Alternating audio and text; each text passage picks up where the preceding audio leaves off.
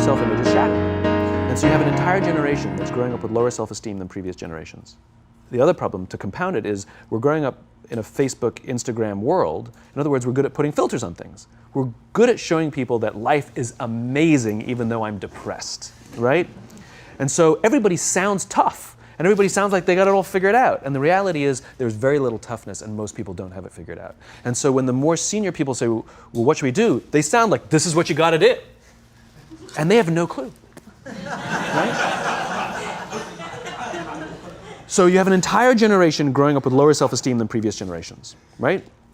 Through no fault of their own, right? They were dealt a bad hand, right? Now let's add in technology.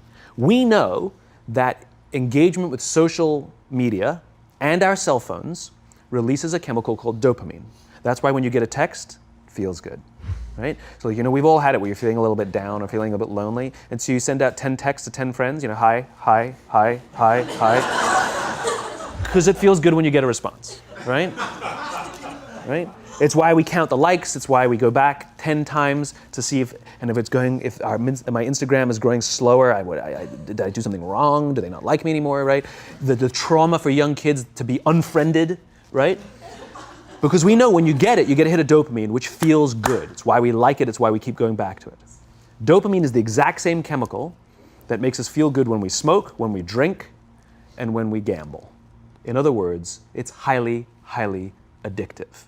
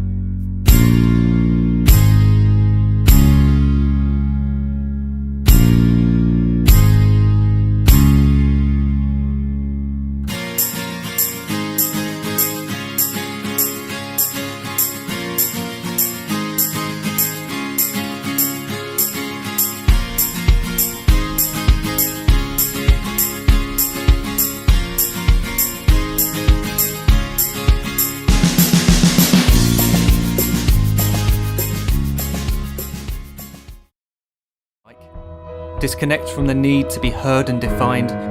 Go out into the world, leave distractions behind.